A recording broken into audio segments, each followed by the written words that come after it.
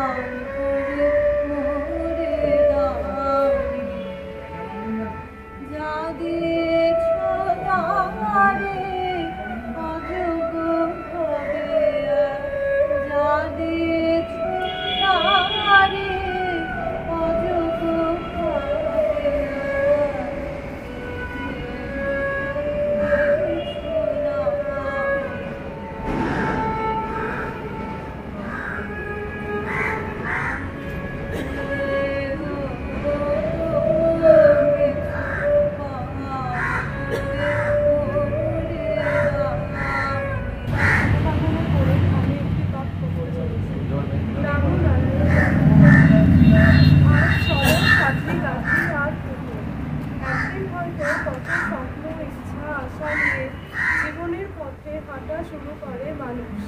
কেউ আনন্দে বৈভবে নামে যশে আত্মহারা হয়, কেউ আবার রোগ শোক দুঃখ যাতনায় সর্বহারা হয়। যাই হয়, শিক্ষিত অশিক্ষিত, সুন্দর কুৎসিত, ধনী দরিদ্র, নামি অনামি, সময় তো ছাড়বে না, বয়স তো থামবে না। আজকে কামকাম মেরুদণ্ড আস্তে আস্তে শিথিল হয়ে যাবে, দৃষ্টিশক্তি ক্ষীণ হয়ে আসবে, চামড়া ঝুলে পড়বে, চুল সাদা হয়ে যাবে, দাঁত পড়ে যাবে। এক সময় যাদের ছাড়া চলতো না, অতি আপন জন, ভালোবাসার জন, তারাও কাছ থেকে আস্তে আস্তে সরে যাবে। সব শেষে নিজের প্রকাশের পরিচয়ের মাধ্যম এই দেহটিও ছেড়ে দিতে হবে।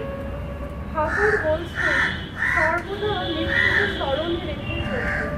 যে বুঝে গেছে, যার মনে এটা বসে গেছে যে আমার চলে যেতে হবে একদিন, সে অনেক দূর এগিয়ে গেছে।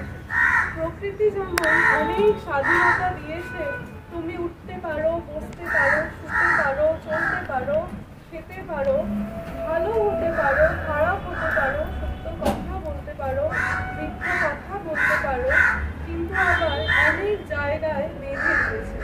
যেমন তুমি রোগ আটকাতে পারো না, শোক আটকাতে পারো না, তুমি বয়স আটকাতে পারো না, সর্বোপরি তুমি মৃত্যুকে আটকাতে পারো না। তাহলে কিসের জন্য এই জীবন? শুধু না কথার বছরে আঁকড়ে ধরার প্রচেষ্টা করতে করতে চলে যাওয়ার জন্য? এই যে আকাশের দিকে তাকিয়ে দেখি, কোটি কোটি বছর ধরে নক্ষত্ররা জলজল করছে, গ্রহরা ছুটে বেড়াচ্ছে, তারা এত বড় জীবন কি করে পেল? এত শক্তি কি করে পেল?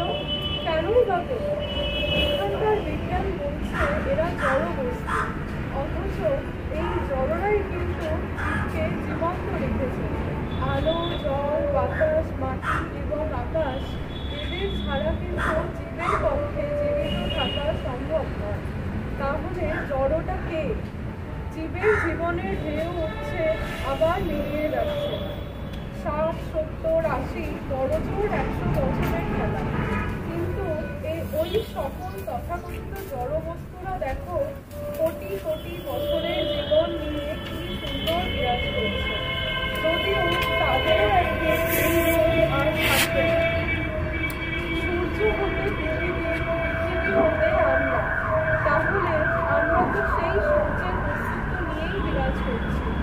আম গাছের বীজ রোপণ করলে তো আম গাছ হয়, তাহলে সূর্যের গুণ নিয়ে আমরা কেন সেইভাবে জ্বলে উঠছি না? স্কুলে পড়তে এসে যদি এমন হয় যে ক্লাস 1-এ যাদের সাথে বন্ধুত্ব হয়েছে তাদের ছেড়ে ক্লাস 2-তে উঠবো না, সে তারা ফেল করুক আর পাস করুক, তাহলে তো বিপদ। আমরা এখানে আঁকড়ে ধরে থাকতে চাইছি। আমাদের সকলের সাথে বন্ধুত্ব রেখে, সম্পর্ক বজায় রেখেও নিজের কাজটা গুছিয়ে নিতে হবে এবং পরীক্ষার সময় প্রশ্নপত্রের সম্মুখীন হতে হবে। সেখানে কড়া পাহারায় উত্তীর্ণ হতে হবে, তবেই বিদ্যালয় থেকে মহাবিদ্যালয়ে প্রবেশাধিকার পাওয়া যাবে। এখানেও তেমনি সমাজ সংসারের প্রতি কর্তব্য পালন করে, প্রকৃতির পাঠাগারের গ্রন্থ পাঠ করে, কড়া পাহারায় পরীক্ষায় উত্তীর্ণ হতে না পারলে জীবন থেকে মহাজীবনে পৌঁছানো যাবে। এই পাঠাগার শিক্ষককে যে ভেতর থেকে সর্বদা সজাগ করে দিচ্ছে, সে হলো বিবেক। সে জানিয়ে দিচ্ছে এই বিদ্যালয় থেকে কোন পাঠটা গ্রহণ করা উচিত আর কোনটা বর্জন করা উচিত। কারণ বিদ্যালয় সুশিক্ষার সাথে সাথে অনেক কুশিক্ষারও সুযোগ থাকে, সেইগুলোকে বাঁচিয়ে বাঁচিয়ে চলতে হয়। যার জন্য ঠাকুর বলছেন সঙ্গ সম্বন্ধে সাবধান হবে। সুতরাং এই জীবনে চলার পথে মানসিকতাকে স্কুল পড়ুয়ার মতন রেখে চলতে হবে। শুধু মাস্টারের মূর্তি করে পুজো করলে হবে না, মাস্টারের শিক্ষাটাকে গ্রহণ করে, চর্চা করে, সেই মতো হোম টাস্ক করে অ্যাপ্লাই করতে হবে। 3rd ডিভিশন 2nd ডিভিশন নিয়েও পাস করা যায়, আবার 1st ডিভিশন বা তার থেকেও আরও উচ্চতর লেটার স্টার নিয়েও পাস করা যায়। বিজ্ঞানীরা যেমন বছরের পর বছর খোঁজ অধ্যাবসায় ও সাধনার দ্বারা নতুন নতুন আবিষ্কার করে, আমরাও তেমনি অজানাকে জানার সাধনায় গতি হব। তাই উচ্চতর লক্ষ্যে স্থির থেকে সত্যকে জানার আগ্রহ নিয়ে আমরা এগিয়ে যাব মহাজীবনের পথে।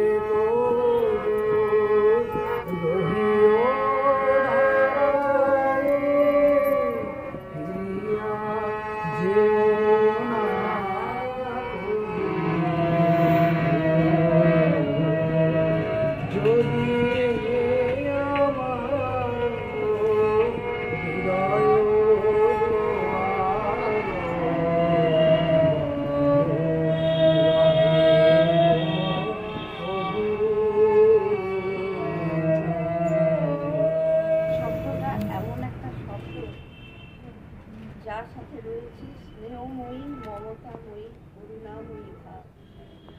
আমার গর্ভধারিণী মা চলে যাওয়ার 2 বছর পরে যাকে পেলাম তিনি হলেন আমার পরমারাধ্য ঠাকুর বালেগুরুচারী মহারাজের ভাতৃজায়া। তিনি আমার করুণাময়ী মা, যিনি মহানন্দ চক্রবর্তী জন্মদাত্রী মা। তিনি সর্বগুণের অধিকারিণী ছিলেন, তাই বলে বৈদিক বাড়িতে পরমের ভাতৃরূপে আসতে পেরেছিলাম। আমি নিজেকে সৌভাগ্যবতী মনে করি যে এহেন মায়ের সান্নিধ্যে আসতে পেরেছিলাম। মাত্র 6 বছর আগে আমিও একজন তথাকথিত মা ছিলাম। আমার সন্তান আমাকে ছেড়ে চলে গেল, কিন্তু বিনিময়ে আমাকে অমূল্য উপহার দিয়ে গেল মাকে আর মহানন্দ চক্রবর্তী ভাইয়াকে। যে মা আমাকে না দেখে না চিনে আমার সন্তান বিয়োগের কষ্ট পেয়ে চোখে জল গড়িয়েছেন। আমার ধারণা পূর্ব যোগসূত্র না থাকলে এতখানি আকর্ষণ থাকে বলে আমার মনে হয় না। আমি দ্বিতীয়বার মাতৃহারা হলাম। সব কথা বলতে গেলে সময় চলে যাবে, কিন্তু বলা শেষ হবে না। তাই ভক্তিপূর্ণ প্রণাম জানিয়ে বলি, মাগো নিঃস্ব আমি, নিত্য আমি, দেবার কিছু নেই, ছিল শুধু ভালোবাসা। দিয়ে গেছি, দিয়ে গেলাম।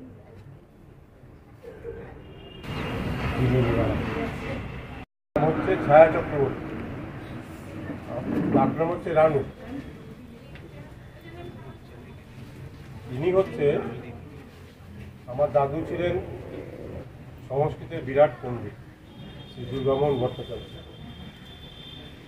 এবং অত্যন্ত দারিদ্র অবস্থা থেকে শুধু মেধার জোরে, পাণ্ডিত্যের জোরে উনি সংস্কৃতের একটা দিকপাল পণ্ডিত হয়েছিলেন।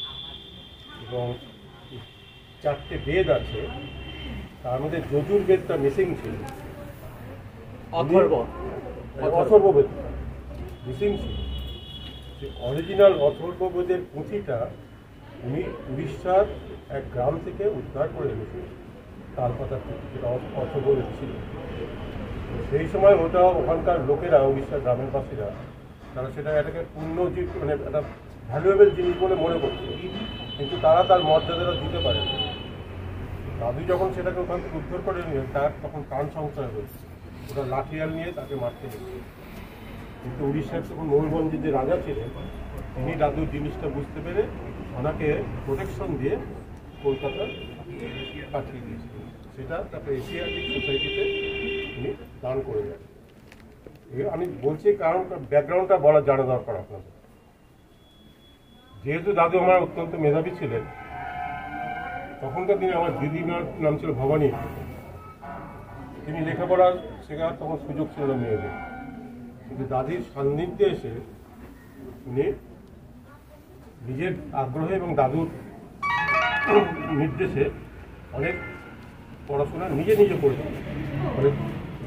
তার ফলে কী হচ্ছিল, ওনার যেমন মেধা ছিল, তেমনি তথাকথিত পুঁথিগত বিদ্যা ছিল, মানে স্কুলের বিদ্যা ছিল না, কিন্তু ব্যক্তিগত স্তরে ওনার খুব শিক্ষা ছিল। মানে তাদের যারা সন্তান হয়েছিল প্রত্যেকেই অত্যন্ত মেধাবী ছিল। আমার বড় মামারা বলুন, আমার মামারা প্রত্যেকেই একদম খুবই শিক্ষিত এবং খুবই প্রতিষ্ঠিত।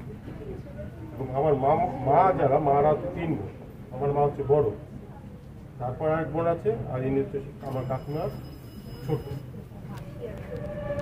এরাও অত্যন্ত পড়াশোনা ভালো ছিল, গোল্ড মেডালিস্ট ছিল ইউনিভার্সিটি। এবং তখন আমি ঘটনা একটু বলে দিই, আমার মার যখন বিয়ে হয়েছিল তখন খুবই কম বয়সে বিয়ে হয়েছিল।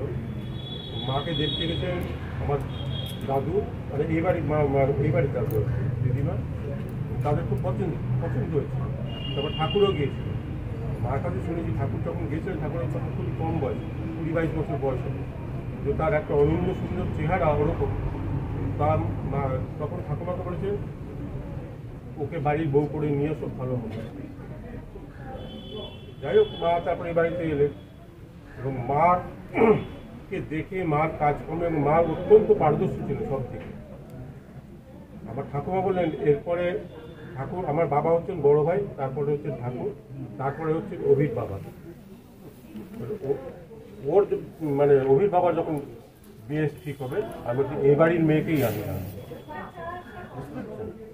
ফলে যিনি আমার মাসি ছিলেন, কাকিমা আমার সম্পর্কে মাসি ছিলেন, তিনি পরবর্তীকালে আমাদের কাকিমা হয়ে গেলেন।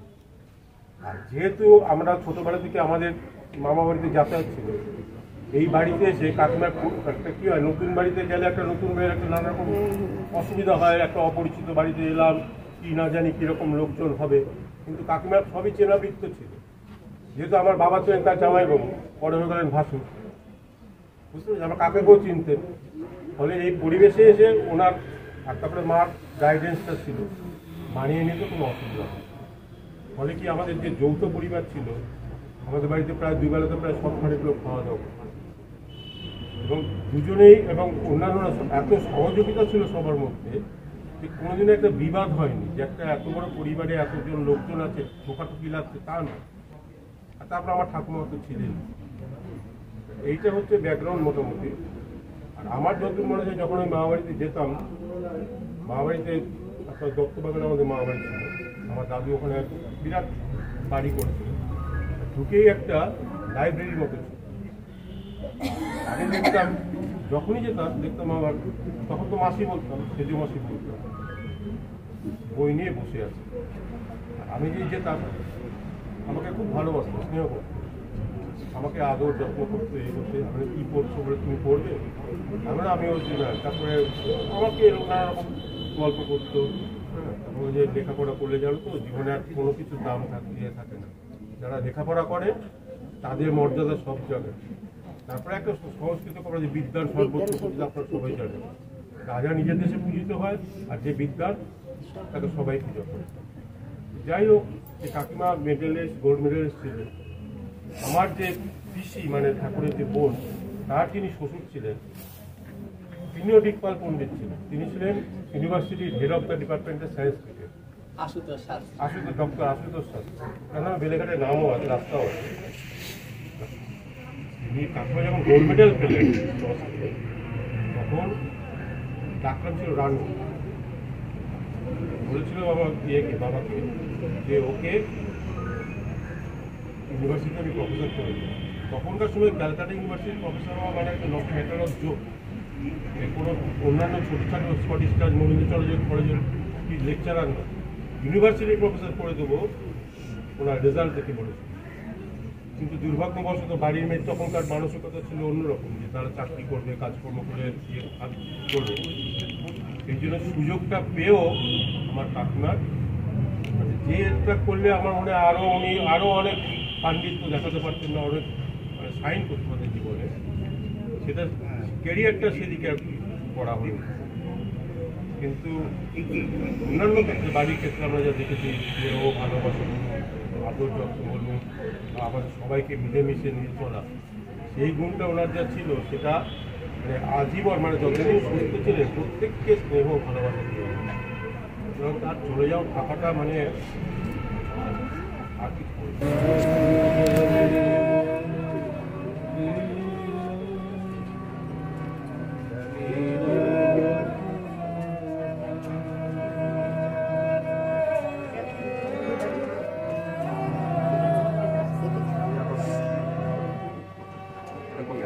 অন্তরজামি কমসে আমার শূন্য মনের বৃথায় উপহার পুষ্পবিহীন উদায়োজন ভক্তিবিহীনতা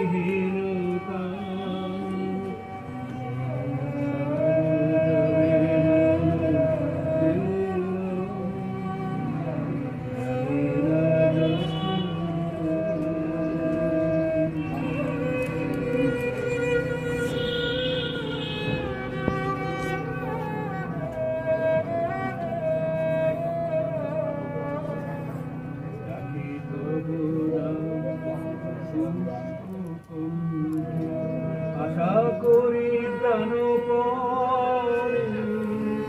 নিবিড় প্রেমের সরস বর্ষা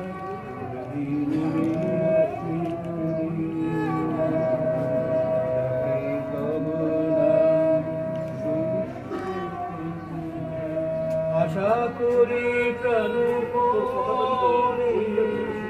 নিবিড় প্রেমের সরস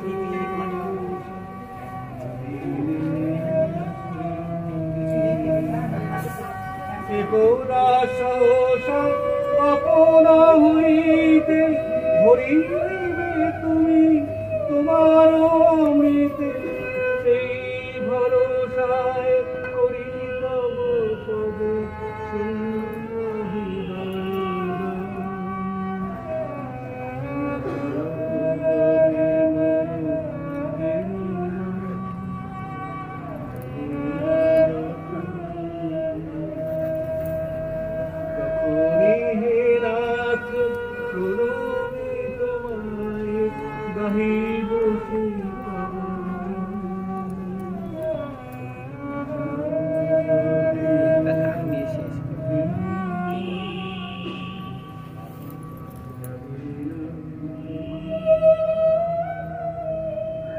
বলার আগে আছে তাকে আমি চোখে একবার দেখেছি মা শব্দটি কত সুমধুর, মা শব্দটির ব্যাখ্যা কত ব্যাপক, কত ব্যক্তমান, কত গুণ, তাই তাকে মাকে বলা হয় গুণার্থ ভাবার্থ।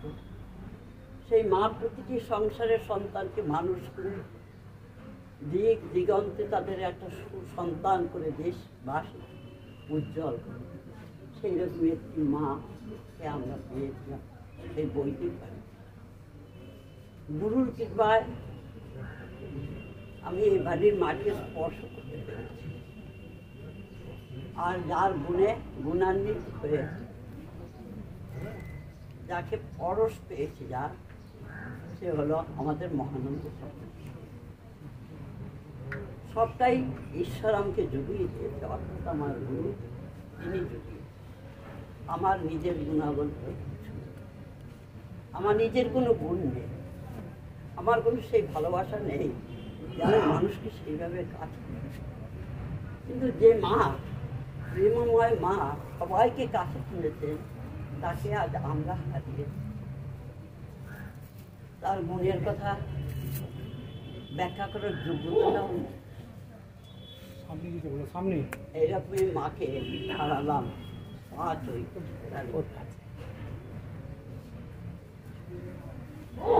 নির্মল হাসি, বুক ভরা তার স্নেহ। যে গুণ তিনি লাভ করেছেন সেই গুণের মধ্যে ছিল না অহংকারের দাবি। আমরা সামান্য একটু কিছু করলে আমাদের অহংকারে বুক ভরে ওঠে, আমাদের চলাফেরার মধ্যে একটা ভাবভঙ্গ দেখায় আমি কেউ এটা। মা ছিল তার বিপরীত। মায়ের গুণের ব্যাখ্যা করার মতো যোগ্যতা হয়। মাকে হারালাম, আমার দেখতে আসার ইচ্ছে ছিল, আমার হয়ে ওঠেনি, আমার ভাগ্যেও ছিল। বেদনা ছিল, মাকে আমি দেখতে পারলাম না। 5 তারিখে মাকে হারালাম, 6-7 তারিখে ভোরবেলা মা আমাকে দর্শন দিল। সে দর্শন এক অদ্ভুত, গোল্ডেন পার চওড়া এবং ভিতর সাদা, ঘুমটা দেওয়া, অদ্ভুতভাবে হাস্য মুখে আমাকে দর্শন দিয়ে ঘরে ঢুকল, আমাকে আশীর্বাদ দিল। আমিও তার পায়ে প্রণাম করলাম। বা এইটুকু পর্যন্ত, এর বাইরে আর দেখেছি একটা আরো, সেটা হলো আমার গুরুদেবের পাশে উনি বলেন। এইটা দেখে আমি আমার গুরুদেবকেও দেখেছি, এই একটা দেখা। আর মাতৃপ্রেমে গুরুর কাছে যে মাকে আমি পেয়েছি দেখতে, এর থেকে বড় সৌভাগ্য তো আর আমার হতে পারে না। তাই এই দর্শন হয়তো আমার সৌভাগ্য, আমার গুরু, আমার মায়ের টানি, আর কিছু বলার নেই। মায়ের আলোয় যে সকল এই বাড়িতে, বৈদিক বাড়িতে যারা আছে, প্রত্যেকে গুণে গুণাবি। তাদের মাটিতে পাপ দিতে পারায়, তাদের স্পর্শ পায় আমি সবটাই গুরু। এবার আজকে আমার গুরু কেন বলছি, গুরুজি কি দেন, গুরু অন্ধকার থেকে কিভাবে আলোতে আনেন, তার প্রেমস্পর্শে কিরকম প্রেমটা আসলে গুরু প্রেম হয়, এবং মানব জাতির উপর সেই গুরু প্রেম কিভাবে প্রভাবিত হয়, গুরুর সঙ্গত না করলে হয় না। কিন্তু এতই অপদার্থ, গুরুর কথা কতটুকু মানতে পারতে জানি না। এই গুরু আর আসবে বলেও আর মনে হয় না, এই গুরুকে পাবো বলেও আর আমাদের এই নয়। আমরা উত্তর, আমরা যে কি করে পেলাম, অন্ততপক্ষে আমি ভাবছি আমি কি করে এই গুরু পেলাম, এই বিস্ময়ের বিস্ময় আমি জানি না। অন্ধকার জগৎকে আলো করতে উনি নেমে এসেছেন। পৃথিবীবাসী কতটা বুঝলাম আমি জানি না। পৃথিবীবাসী যেদিন বুঝবে, ঘরে ঘরে যেদিন জ্ঞানের প্রদীপ জ্বলবে, যেদিন বেদের পৃথিবী আসবে, সেই দিন বুঝবে আমরা কাকে হারালাম, কে এসেছিল ধরণীতে, যাকে আমরা চিনলাম না, বুঝলাম। তাই সকলের কাছে এখন অনুরোধ, মায়ের এক সুযোগ্য সন্তান মহানন্দ চক্রবর্তীর স্পর্শ, যোগাযোগ ঘটনাক্রমে, দৈবিক্রমে হয়। আমি ঠাকুরের বড় বড় সন্তানদের সাথে মিশেছি, তাদের সাথে আলোচনা করেছি ঠাকুরকে জানার জন্য। তার মধ্যে রবীন ব্যানার্জি আছেন, অচল সেন আছেন, বিজেন চক্রবর্তী আছেন, বহু একে একে তারা হারিয়ে যাচ্ছে। যখন ঠাকুর তো তখন কাছে নেই, আমি প্রার্থনা করলাম, হে প্রভু, আমি এখন কার সাথে মিলব, কার সাথে তোমার সঙ্গে আমি জানতে পারব। তখনই আমাদের এই মহানন্দ চক্রবর্তীকে দেখি বলে, ওকে আমি পাঠালাম স্বপ্ন জগতে, ওকে আমি পাঠালাম, তোদের যা জিজ্ঞাসা, যা জানা ওর কাছে জিজ্ঞাসা। তাই যে যা জেনেছি, যা বুঝেছি, যা চিনেছি, সেটা তো আমার ব্যক্তিগত, সবাই বিশ্বাস নাও করতে পারে, ব্যক্তিগত সম্পদ ব্যক্তিগত লকারে রাখা। কারণ যে আলো তিনি আমার কর্ণজনিতে দিয়েছেন, যে সম্পদ ঠাকুর আমাকে দিয়েছে, সে রক্ষা করার ক্ষমতা আমার ছিল না। লকার ভেঙে যেত, সেই লকারকে উনি রক্ষা করতে, সম্পদকে, সেই সম্পদ কিভাবে ব্যবহার করতে হয় সেই হাতে ধরে হাতে খড়ির মতো মিশে দিয়েছে। এইটুকুই বলে আমি শেষ করছি। আমার মোটে হাসি, মানে খুশি হওয়ার ভাব কিন্তু আমার একটুও না। কারণ এখানে ঢুকতে ঢুকতে এই যে এর থেকেও কম বয়সের চেহারার পিসির সঙ্গে আমি পরিচিত, আর এটা সবাই আপনারা দেখেছেন। আমার এই পিসি আমাদের বাড়িতে, আমি বাড়ির দিক দিয়ে বলি, আমাদের বাড়িতে বেশ কয়েকজন, মানে আমি তাদের তুলনায় কিছু না এরকম রত্ন ছিলেন বলবো, কারণ ইনি চলে যাওয়ার পর তো আর কারোর প্রকাশ নেই। তো এই পিসির জায়গাটা ছিল আমাদের কাছে একটা দুঃখজনক, আনন্দের পাশাপাশি। ইনার সঙ্গে একই সঙ্গে পাশ করে আরেকটি গ্রুপে ফার্স্ট হয়েছিলেন বিমল কৃষ্ণ মতিলাল নামে একজন জগৎ বিখ্যাত পণ্ডিত। তিনি লিটারেচারে ফার্স্ট হয়েছিলেন, আমার পিসি ফার্স্ট হয়েছিলেন বেদ গ্রুপে। তার খ্যাতি সর্বত্র রয়েছে বিমল কৃষ্ণ মতিলালের। আমার পিসির মধ্যে যে পোটেনশিয়াল ছিল, আজকে এই সবার কাছে শোকের দিনে আমি খুব প্রতিবাদী জায়গা থেকে বলছি, আমাদের যে আমার পিতামহ পিতামহীর প্রতি শ্রদ্ধা রেখি, যে একটা মস্ত বড় অত্যাচারের শিকার আমার এই পিসি। তার পরবর্তীকালের অনেকে স্বনামধন্যা হয়েছেন, সঙ্গের অনেকে হয়েছেন, কিন্তু আমার এই পিসি গৃহবধূ, খুব মর্যাদার সঙ্গে গৃহবধূ হিসেবে ছিলেন, কিন্তু তার যে পরিস্ফুট হওয়ার, তার যে জায়গা হওয়ার, সেটা ঘরোয়াভাবে যেটুকু যাই হয়ে থাক, বাইরে বিন্দুমাত্র হওয়ার ব্যাপার আছে। এটা আমার কাছে একটা ক্ষোভ আজকে আমি এই বিশেষ দিনে সবার কাছে ব্যক্ত করলাম, যেন নিজেদের বাড়িতে আমাদের কন্যা সমা যারা আছে তাদের মধ্যে পড়ার আগ্রহ, লেখার আগ্রহ, জানার আগ্রহ, এই জায়গাটাকে যেন এই ছোট্ট গণ্ডিতে বলছি, কিন্তু কথাটা ছোট্ট গণ্ডির জন্য না, অনেক বৃহত্তর গণ্ডির জন্য, সেইটা ভেবে যেন মেয়েদের বাড়িয়ে তৈরি করা হয়। এটা আমার পিসির জীবনের খুব মুখ ফুটে কোনোদিনে কাউকে বলেছিলেন কিনা জানি না, কিন্তু আমিও সেই জন্য অন্য সাক্ষী নেই, আমিও তাই বলতে পারছি না, কিন্তু সামান্য একটু বলছি, পিসির একটা ক্ষোভ ছিল। আমাকে পিসি, আমার যখন বিভিন্ন জায়গায় বেরোনো প্রবন্ধ লেখা নিয়ে আমি বলতাম, তুমি মতামত করো। করে কি হবে, তুমি কার কাছে দেবে, আমার মতামতের কি দাম? আমার খুব কষ্ট হয়েছিল। এটা তখন আমার দুই পিসি বেঁচে, যখনকার কথা বললাম, অনেকগুলো প্রবন্ধ আমি আমার প্রচার করছি না, কিন্তু আমার নাম আগেই বলে দিয়েছে ব্যাপারটা।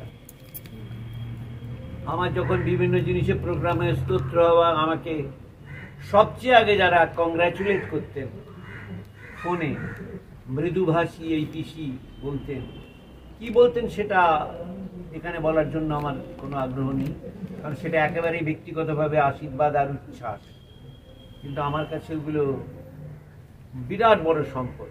তো আমার ভাই বলছে একটু মন্ত্রধ্বনি করছি, কিন্তু আমি যে আবেগ, যে আনন্দ, যে সুখকর বোধ থেকে এটা করার কথা, সেটা হয়তো হবে না।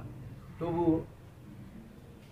ওর কথা রাখার জন্য এবং আমার পিসি পছন্দ করতেন বলে আমি একটু করছি। ব্রহ্ম প্রণাম মন্ত্র করছি, সেটা না।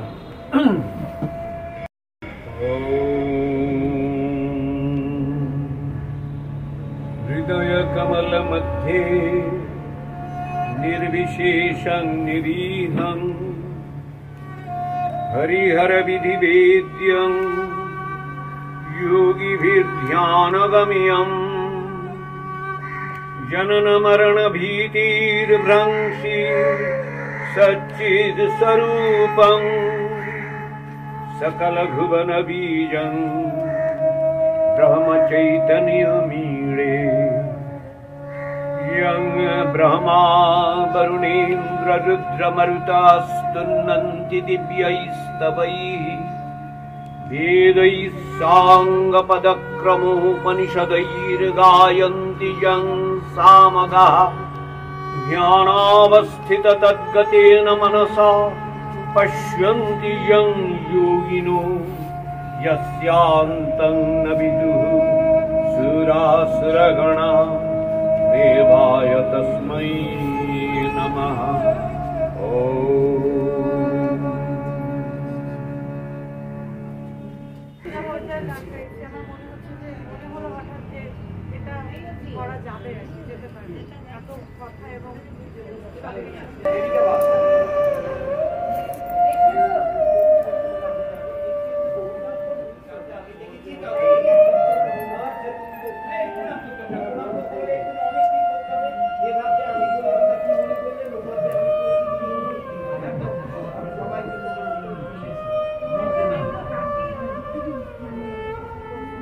একটু হাসি পাইনি বলে একটু হাসি পাই।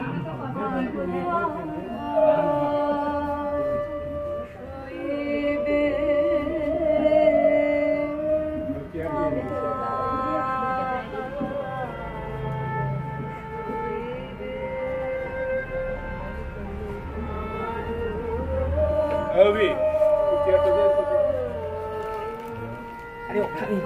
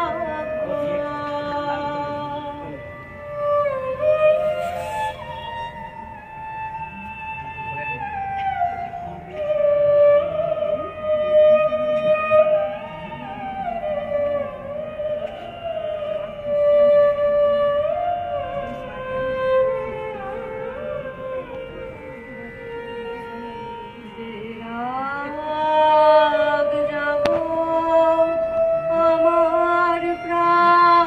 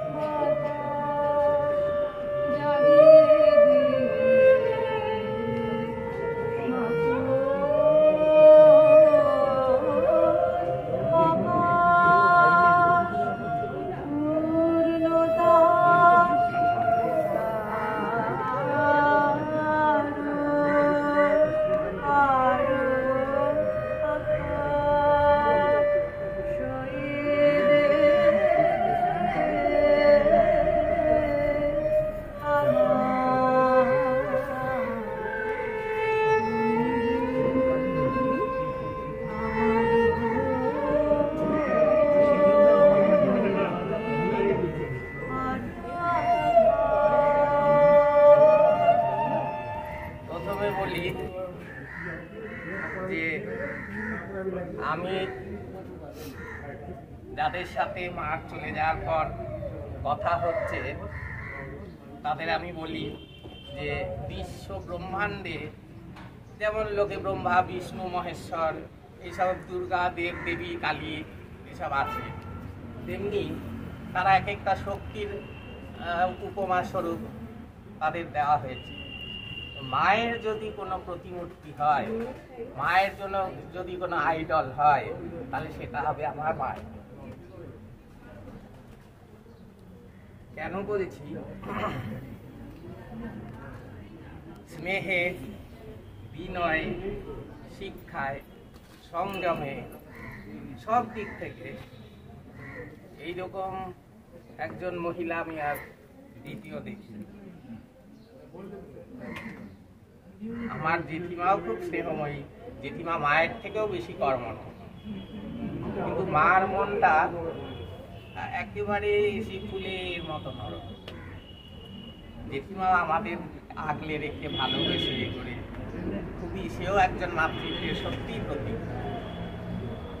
যাই হোক, আমি বলি যে আমার দেহ আমার মার দেহকে হারিয়েছে, কিন্তু আমার সত্তা, আমার আত্মা, আমার চৈতন্য সে মাকে হারায়, মার চৈতন্যকে হারায়।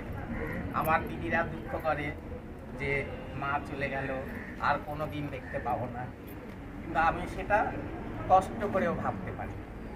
কারণ বিজ্ঞানেই বলে হয় ম্যাটার নয় এনার্জি।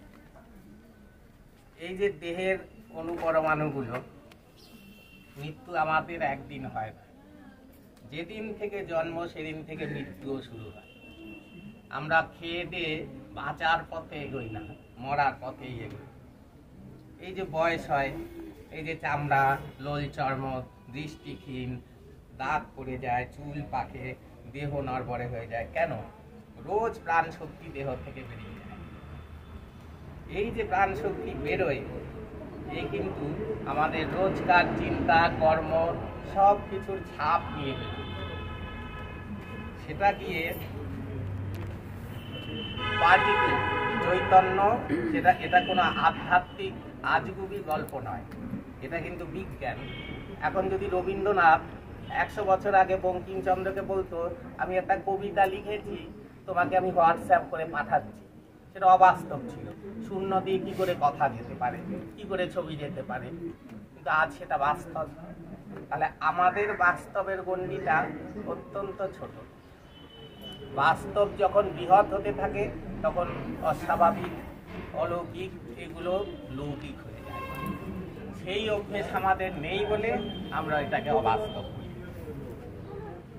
তো এই যে আমাদের ময়রা যখন মিষ্টি তৈরি করে, ছানায় পাক দেয়, এই পাক দিতে দিতে দিতে জালটা যখন ভালো হয়, তখন সেটা দিয়ে এরকম মন গোল পাকিয়ে গোলাপ ছাপ, আমের ছাপ, তাল শাঁস, নানান রকম ছাপের সঙ্গে। পাক যদি ভালো না হয়, তুলতে গেলে আধা থাকবে ছাপে, আধা উঠে আসবে, ভেঙে যাবে। চৈতন্য আসে দেহের ছাঁচ নিয়ে বেরিয়ে যাওয়ার জন্য। এই যে দেখা শোনা প্রকৃতির যে গুণ, প্রকৃতি আর যাকে ব্রহ্ম বলে সেটা হলো এনার্জি, আর প্রকৃতি হলো পাত্র। দেহে পাত্রে সেই এনার্জি আসে দেহের গুণগুলোকে নিয়ে বেরিয়ে যাওয়ার জন্য। এই দেখা শোনা এগুলো সে পারে না দেহ ছাড়া। প্রকৃতির সাথে তার গেমটাই এটা যে আমি প্যাচ দেব, তুমি আসবে, বিবেকের সুরে থেকে যদি বেরিয়ে যেতে পারো তাহলে তুমি যেমন স্কুলে ভর্তি হয়, যদি পরীক্ষা করা করে ঠিক করে পাস করে যেতে পারে, মুক্ত তুমি যাও, বেরিয়ে যাও, চাকরি করো, রোজগার করো, ইচ্ছা মতো খরচা করো। তো এইখানে এটা পাঠশালা, এই পৃথিবী। এই পাঠশালায় বহু শিক্ষক এসছে, যেমন কৃষ্ণ, শিব, তারপরে বিষ্ণু। এরা কিন্তু লোকে ভাবে আকাশ থেকে পড়া ভগবান, তা নয়। এরা প্রত্যেকেই মানব, এদের জন্ম হয়েছে, মৃত্যুও হয়েছে। তো সেই পাঠশালার শিক্ষকরা আমাদের যে শিক্ষা দিয়েছে আমরা সেটাকেই ভেবে নিয়েছি বিশ্বব্রহ্মাণ্ডের নিয়ম, কিন্তু তা নয়। কথা বলছি হ্যাঁ, সেটা নয়। এইখানে পড়ে, যেমন স্কুল থেকে, আমি যখন স্কুলে পড়ি আমি হেডমাস্টার সব থেকে বড় জ্ঞানী, যখন কলেজে যাই ভাবি প্রিন্সিপাল, আবার ইউনিভার্সিটিতে গিয়ে দেখি উপাচার্য, এইভাবে আরো পরে আছে। তেমনি এইখানকার যাদের আমরা স্টলওয়ার্ড, দেব দেবতা ভগবান অবতার ভাবছি, এখানে তাদের প্রতিপত্তি, এই স্কুলের টিচার, তারাও আবার কারোর দিকে তাকিয়ে আছে, সেইটার এখানের লোক জানে না, তারা আলটিমেট ধরে নিয়েছে তাদের। তো এইভাবে এই যে বললাম যে মার চৈতন্য, এই যে মার দেহের মধ্যে 65-70 ভাগ জল, তাই তো? এই যে আমরা বললাম একটু আগে যে জড় বলি, জল, আগুন, বাতাস, এদের বলি জড়। তাহলে আমি তো জড় তর, কারণ আমি তাদের উপর নির্ভর করে বাঁচি। বাতাস নেই, তাপ নেই, জল নেই, আমিও নেই, তাহলে আমি কি করে জড় হল? এই যে সূর্য, সূর্যের মধ্যে একদিন আমরা টকবক করে ফুটছিলাম, তাই তো? সূর্য হতে পৃথিবী, পৃথিবী হতে আমরা, তাহলে আমরা আগুনের রূপ। এটা বিজ্ঞান, অবাস্তব কিছু নেই। যা কিছু রূপ, এই ফুল, মালা, কাঁচ, প্লাস্টিক, কাঠ, পাথর, মাংস, রক্ত, হাড়, মজ্জা, যা দেখছি সব আগুনের রূপ। তো এই দেহ পাত্রেতে ওই ব্রহ্মের সুর, ওই চৈতন্যের সুর এসেছে, এসে এখান থেকে কি নিয়ে যেতে পারলো তার উপরেই তার পরবর্তী গতি। সেটা বিবেকরূপী শিক্ষক প্রকৃতিরূপী গ্রন্থাগারে পাঠ নিয়ে যদি ঠিকঠাক বেরোতে পারে তাহলে আর তার এখানে আসতে হয়।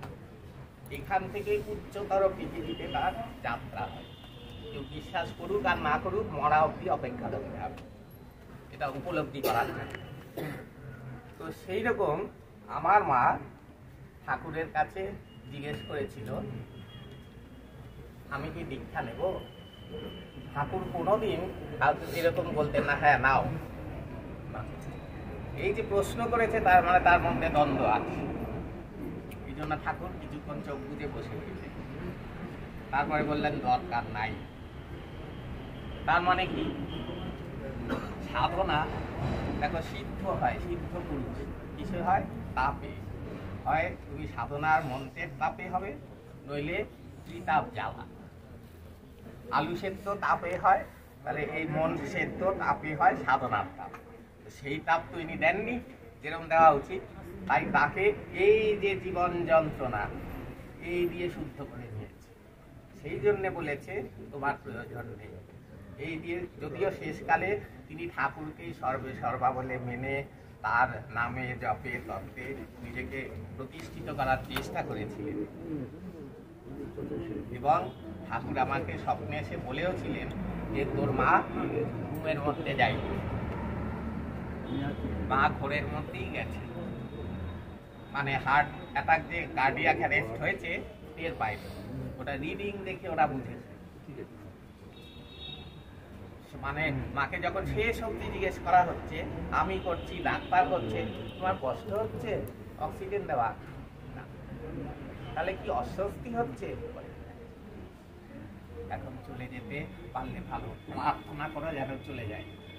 হ্যাঁ বলে তারপরে শেষকালে কাকে প্রণাম করছে, হ্যাঁ আর বলছে আমায় ভুলে যেও না, এরকম বলছে, খালি প্রণাম করছে। তারপরে ওই শেষ পরের দিন চলে গেল। আমি সব খোলাখুলি বলছি, আমি যেদিন চলে গেল তার আগের দিন ঠাকুরের কাছে মনে মনে জানিয়েছি আর 2 দিনের মধ্যে নিয়ে যাও, 2 দিন তাহলে আমি এই কাজটা করব যদি চলে যায়। পরের দিনই চলে গেছে, কারণ বেঁচে থাকতে তার যন্ত্রণা হতো, এই শ্বাসকষ্টের মতো যন্ত্রণা নেই, সেটাই হতো আমাদের মানসিকতা। সেই জন্যে প্রার্থনা করি, আমরা চেয়েছি সে চলে যাক ভালোভাবে, সে চলেও গেছে। এবং যাওয়ার পরে দুজনকে তিনি যে একইভাবে একই রূপে সাদা শাড়ি, গোল্ডেন পার, মুখে হাসি, জ্যোতির্ময় চেহারা, দুজন আলাদা, জানে না কিন্তু এসে বলেছে আমি খুব ভালো আছি, ঠাকুরের কাছে আছি। সে সবাইকে জানিয়ে দিলাম। এই বলে একটুখানি নাম সংকীর্তন করে আজকের সভা শেষ করছি। রাম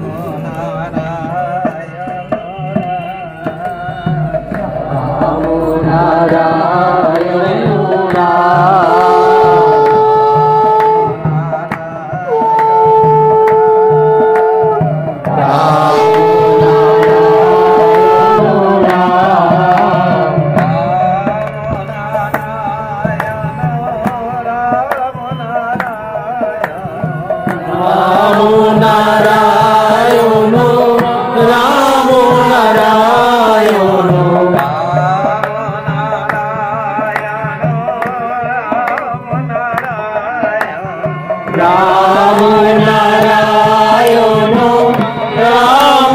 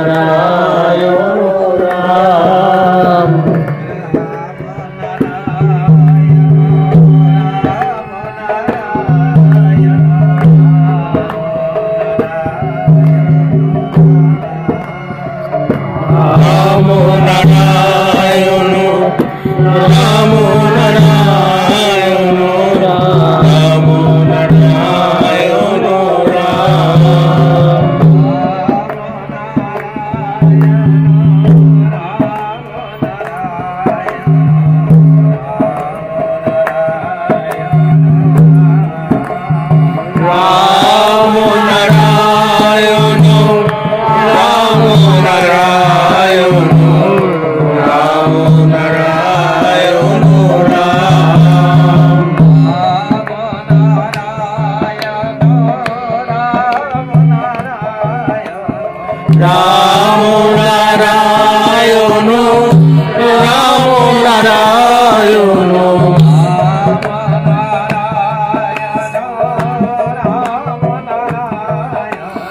রাম নারায়ণ রাম নারায়ণ